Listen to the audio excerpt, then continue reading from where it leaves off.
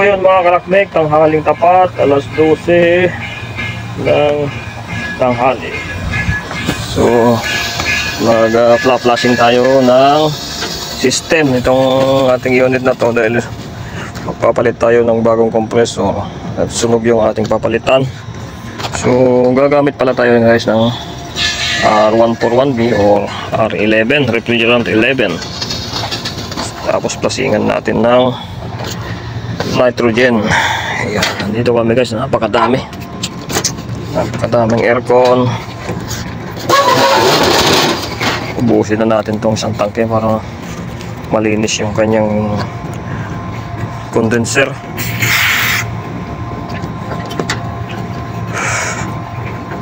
Yun guys. So yung itim na yun guys, galing dito yan sa system. Yan ang unang wave pa lang yun. Unang wave parang nagbibigay ng ayuda. May first wave, may second wave. Yung pang tatlo ayun ang final. Ayun na yun, yung final na wave na yun. So ito yung flashing natin ng nitrogen. Yun o. Ito.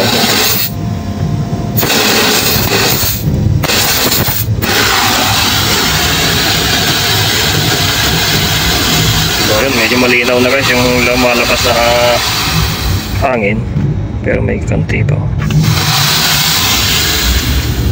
Ayan. So pangalawang wave na yun. At ito naman bugahan na natin itong isa dahil itong suction, dahil meron siyang accumulator. Dapat walang may stock dyan na R11. Yun.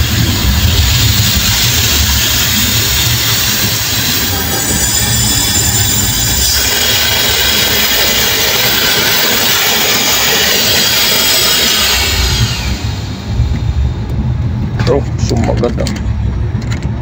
Siraan natin yung ating pizza. Hindi na bumalik. Huh?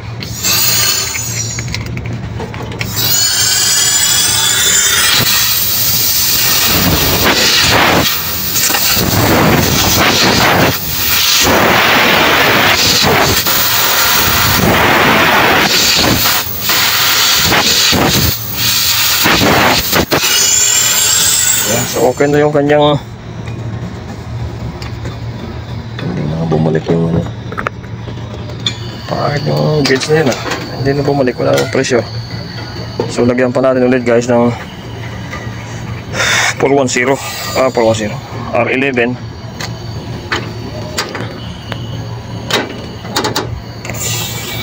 Ituto na natin to para ubos na yung karga.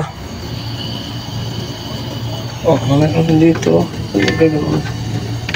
Mabot ng kanya langis dito. Butas.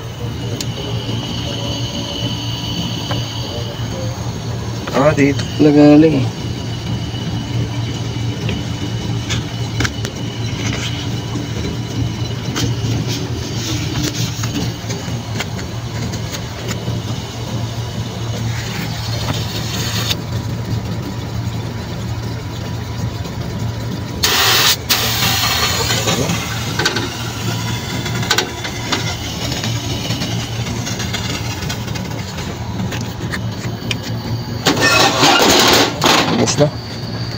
Ubus na ang R11. Sana kumasa yung ating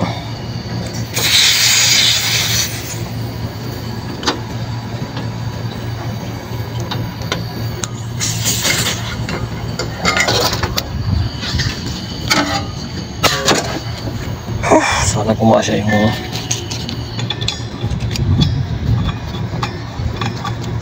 nitrogen natin para ma-flashing pa natin yung indoor.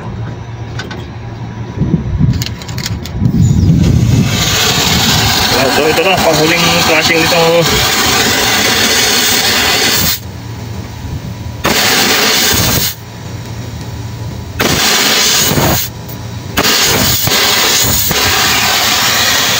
Medyo kami na. Malinaw na eh. No?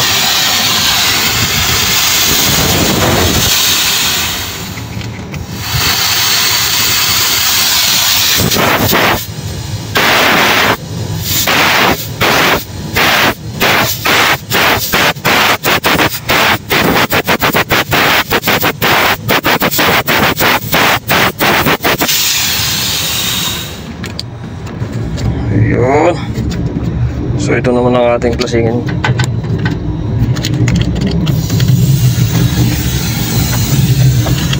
Sarado natin guys yung, sarado natin yung kanyang valvula para ma-flashing lahat.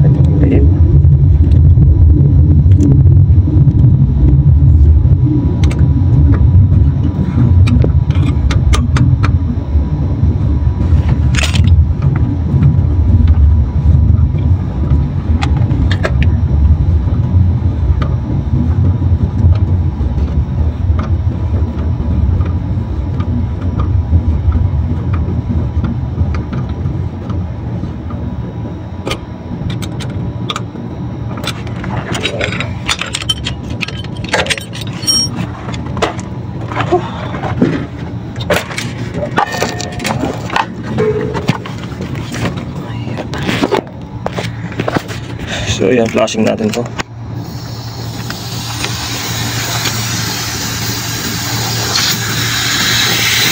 Para matanggal yung kanyang dumi.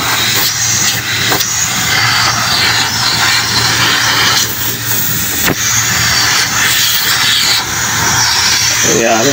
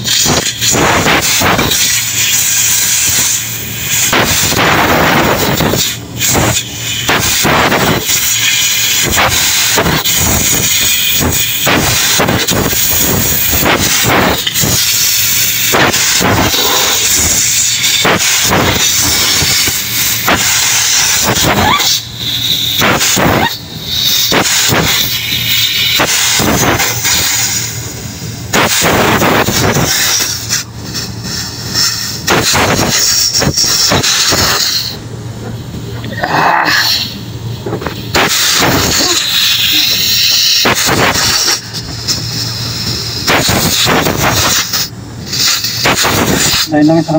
Oo.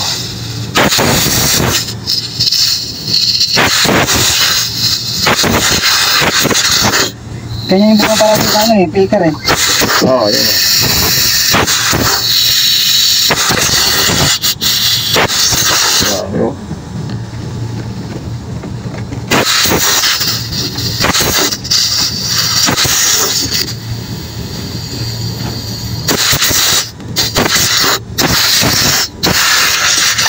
Wow. Busa. Ano?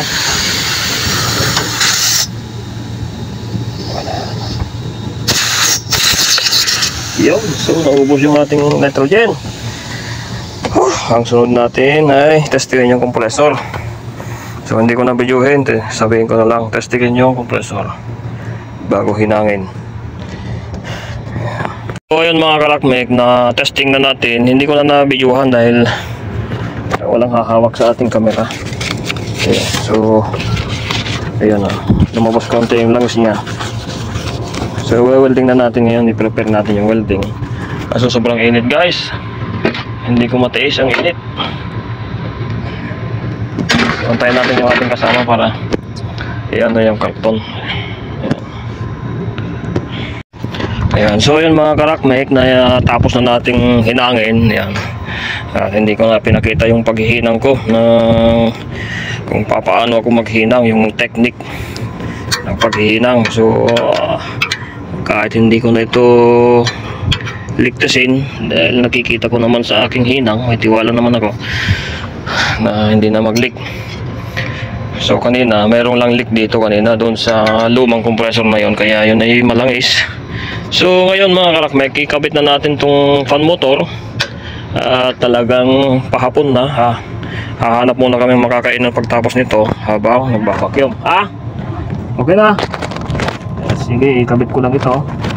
Itong fan motor. May ilaw. Pwede na. Ito lang muna laging gamit. At talagang naman ay gutom na. Nabilat pa. Dami. Dami.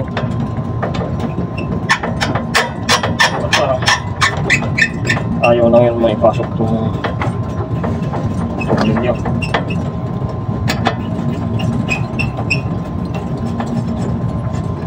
Kung sa ayaw iwanan kita. Ayaw mo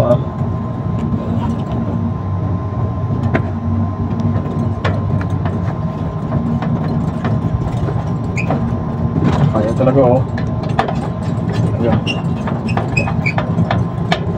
Yan.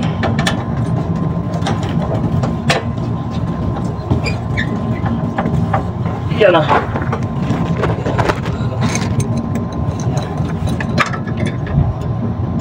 Dito natin ito mga. Ayos yan.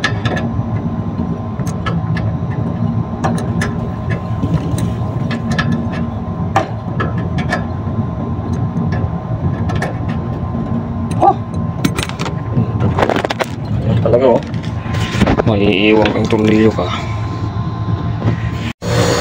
Medyo masigip lang ito ka. Kahit napakainit.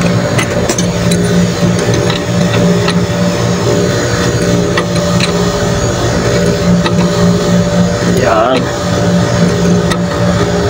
Kaya mo hanapin ito para mamaya pagbalik namin hindi na namin lalagay. Dahil yan. Yan na. Yan.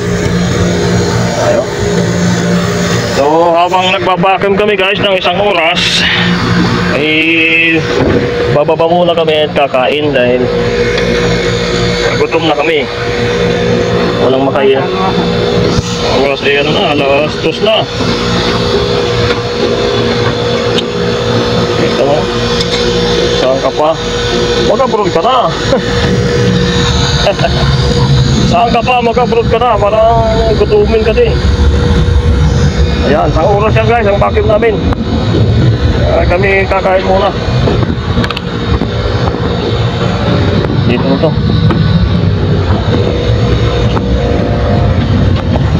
Iwan muna namin yung gamit namin dito. Para mamaya balikan namin baka wala na Kaya dyan lang muna. Mamaya na to. Yung aming ito. Sarado lang to. Ito ilagay lang natin dito guys. Sa malilom siya. Yung kanyang tangke ng ito. Ito na din natin. Sarado na natin para mamaya wala nang 1 oras kami so, okay na. Para hindi masyadong mainit. Yan, diyan lang muna yan. Saka yung vacuum diyan lang muna. Kain muna tayo. Ayan. Ayan si bro. So habang kami nagbabacuum, nilintay namin yung order na kapsa. At kakain muna kami habang nakabacuum yung ating system para mailaban sa init. Napakainit sa rooftop. Alas 2 na ng hapon. So tama-tama, pagbalik natin ng alas 3 doon, alas 4, tapos isang oras na lang yun. So wala pa yung ating pagkain. Ito muna, mga drinks muna tayo.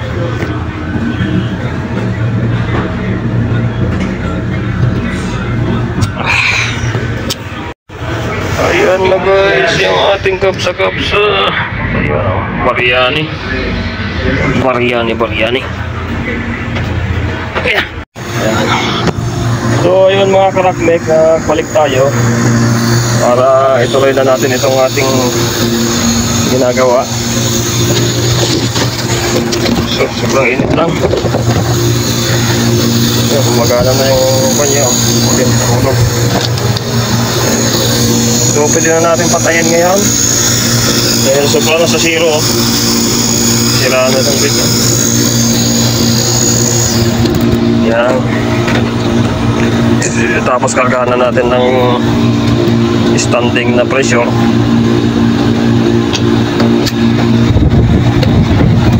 Lalong uminit na bro. Ha? Lalo nang uminit. Gumagana na itong isa. Itong aircon dito. Yan muna.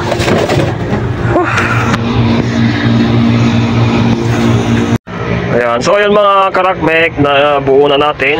So nagiging outdoor na ulit siya. Ayan. Outdoor unit na siya ulit. So bale ito guys, natatandaan ko ito mga 2 years before.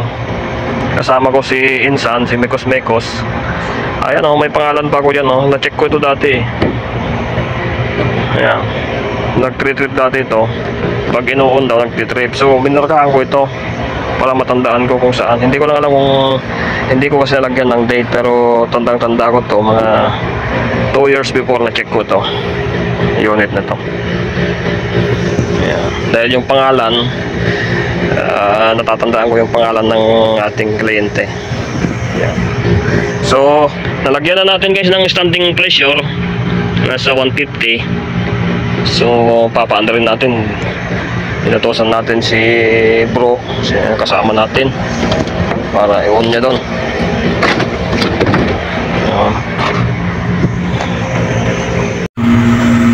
So yun mga karakmek, gumagana na yung compressor, gumagana din yung kanyang fan motor.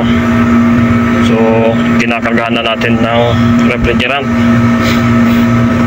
Ayan, R22 itong kanyang refrigerant. Ayan, nasa 40 na 12. Ang full load nito guys ay 22.8 ampere. So medyo malayo pa sa 80% o 70%. Ayan.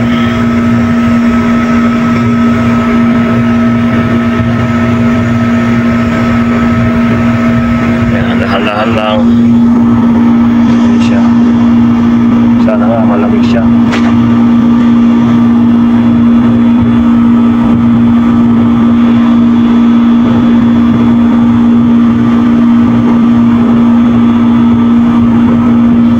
Malayo yung kanal tubo kasi siguro nasa lagpas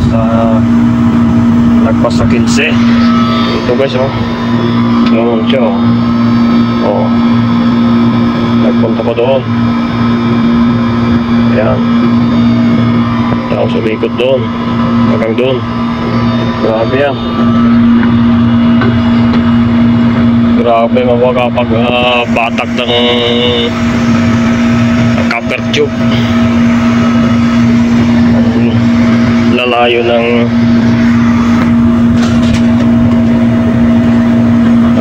ng distansya sa unit.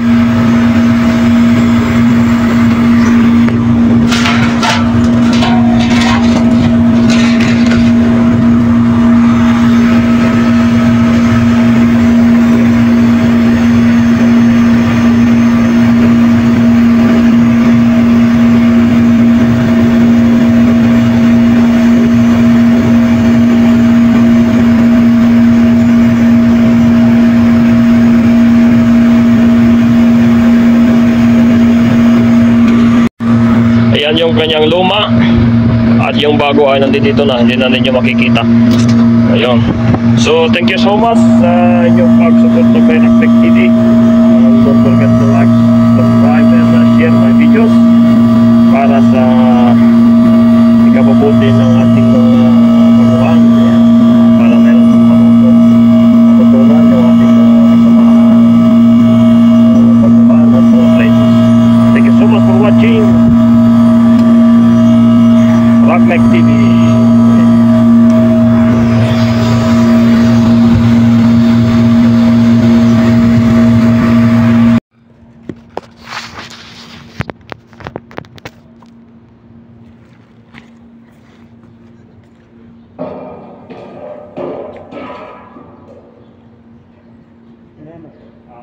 Yeah.